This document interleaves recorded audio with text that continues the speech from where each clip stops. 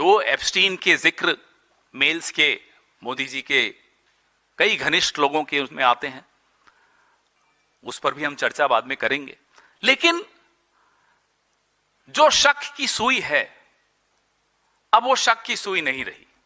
अब वो साबित हो चुका है, ये आदमी डरा हुआ है, ये आदमी दबा हुआ है, ये आदमी सरेंडर्ड है, ये आदमी कॉम्प्रोमाइज्ड है।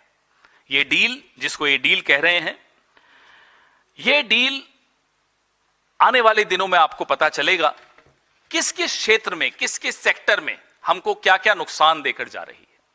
सेक्टर्स बहुत हैं, जैसा मैंने आपको कहा कि लिस्ट जो दिखाई गई, जो पढ़ी, जो सुनाई गई, वो अलग है, जो छिपाया गया वो ज्यादा महत्वपूर्ण है।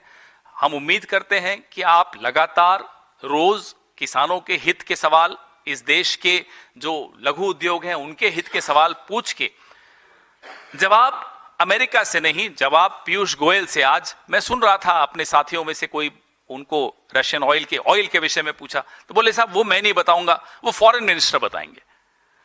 फॉरेन मिनिस्टर से अमेरिका में कल पूछा, बोले वो मेरे को नहीं मालूम, वो तो कॉमर्स मिनिस्टर बताएंगे।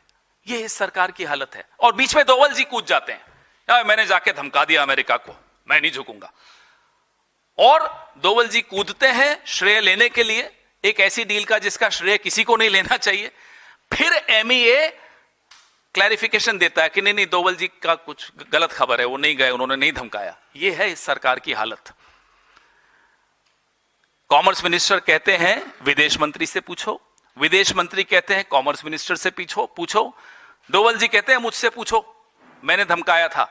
और होता क्या है, जब हम सुबह उठते हैं तो अमेरिका से प्रेस नोट आया होता है, और वो भी ऐसा कि हम नजर रख रहे हैं हिंदुस्तान पर।